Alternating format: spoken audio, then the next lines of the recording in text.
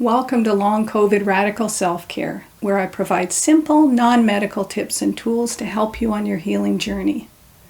Today I want to talk about some of the harsh realities of long COVID, how it may leave you feeling powerless, and what you may be able to do to turn that around.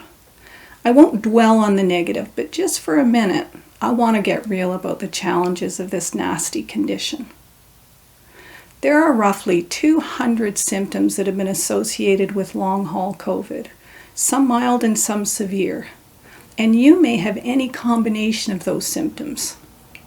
Everybody's experience is a little different, so nobody knows exactly what you are going through, and that can leave you feeling lonely and isolated, in addition to the challenges of the symptoms themselves. And if your initial symptoms aren't bad enough, your symptomology may change day by day, week by week, month by month, making it hard to see into your future or plan anything.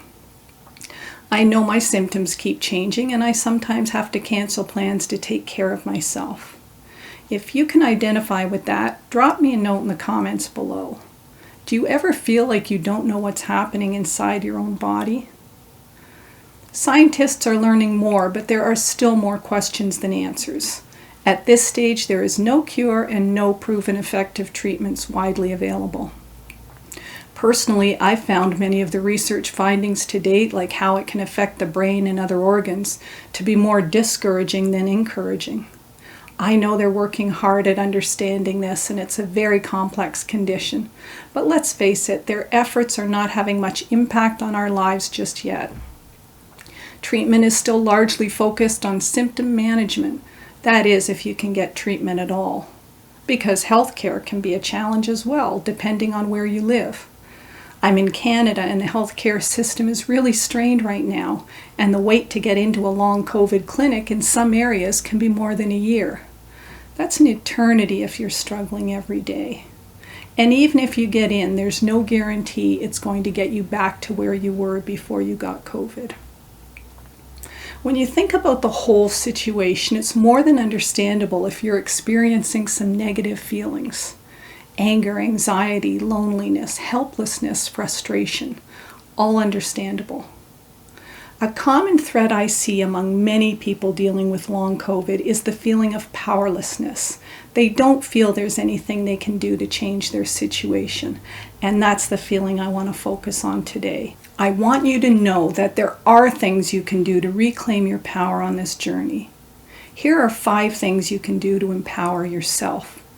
1. Accept your current situation without accepting it as your future. Resisting your current reality is like swimming upstream. It's exhausting and doesn't get you anywhere. At the same time, know that accepting the things you can't do today doesn't mean you won't be able to do them next month or next year. Don't project your current limitations into the future. The fact is, you don't know what the future holds. If there's a benefit to the incomplete research, it's that we don't have a terrible prognosis. Nobody is saying we can't heal. As a matter of fact, many, if not most people with long COVID are gradually improving. We can hold on to that hope. We can see the cup half full instead of half empty. Focus on the present moment and acknowledge that while you don't know your future, you can choose hope and you can cast your vote for good health. 2. Reframe your experience. It's easy to look at your situation and think that it's wrong and that you shouldn't have gotten COVID or shouldn't have gotten long COVID. Things should be different. You should be better by now. The doctors should know more, help more, care more. Your family and friends should understand more. A wise woman I know used to say, whenever you feel you should, lie down until the feeling goes away. What she meant was that thinking anything should be different than it is pointless. It's a waste of energy. It's resistance, and resistance creates stress in the body, which does not promote health. What if you could release the thought that anything should be different than what it is? What if things are exactly as they should be at this moment in time? What if there's good in what is, and what if our mission is to find the good in it? Many times in my own life, I've judged something that happened in my life as wrong or bad, only to look back at it years later and realize it turned out to be a good thing in the long run. Think of people who've lost their jobs and have been devastated, only to find a better job or open a business that brought more happiness and success. Or people who suffered a painful divorce or breakup, only to find a much better match later on. Fibromyalgia turned my life upside down. I could say it destroyed my life, but really it only destroyed the life I knew then. Years later, I liked my new life much better than the old life. And I can honestly say that fibromyalgia and all its unintended consequences turned out to be a good thing in my life. Are you willing to hold open the possibility that long COVID may take you to a better life than you had before you got sick? I'm not asking you to accept that as a given. I'm just suggesting you hold open that possibility. Maybe, just maybe, this is a life-changing experience that will ultimately lead to good. 3. Focus more on what you think and less on what others think. One of the ways to empower yourself is to disempower those who are depleting your energy with negativity, judgment, or criticism. Accept that there are people who don't and won't understand what you're going through, maybe even your doctors. Some friends or family may not believe in the virus at all. Don't waste your energy trying to convince them. Don't let them get you down. Trust that they're on their own journey and shift your thoughts to something more positive as quickly as you can.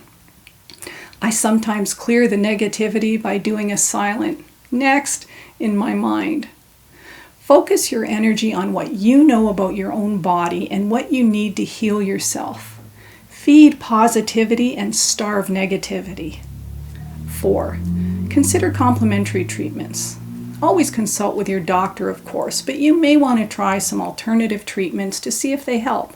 Maybe shiatsu, traditional Chinese medicine, acupuncture, or naturopathy will help. Or chiropractic or massage therapy or Reiki. For many years, I've found that complementary treatments not only help relieve symptoms of various conditions, they also give me a greater sense of control over my own health care.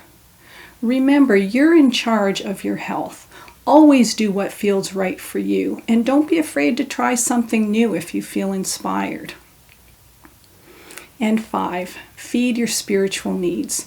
Nurture your faith and your soul in whatever way feels right for you. That may be attending a church, synagogue, or mosque, or attending a sweat lodge ceremony, or simply spending more time in nature. Taking care of your spiritual needs will help you find peace and hope during difficult times. Practicing mindfulness is another way to connect with a deeper consciousness and find more peace and calm. I'll be talking more about the benefits of mindfulness in my next episode, so be sure to tune into that one. Thanks for joining me. If you found this episode helpful, please take a second to click the like button and subscribe. It'll help me get this message out to other people who could benefit from it. I'll see you again next week. Until then, be kind to yourself and each other.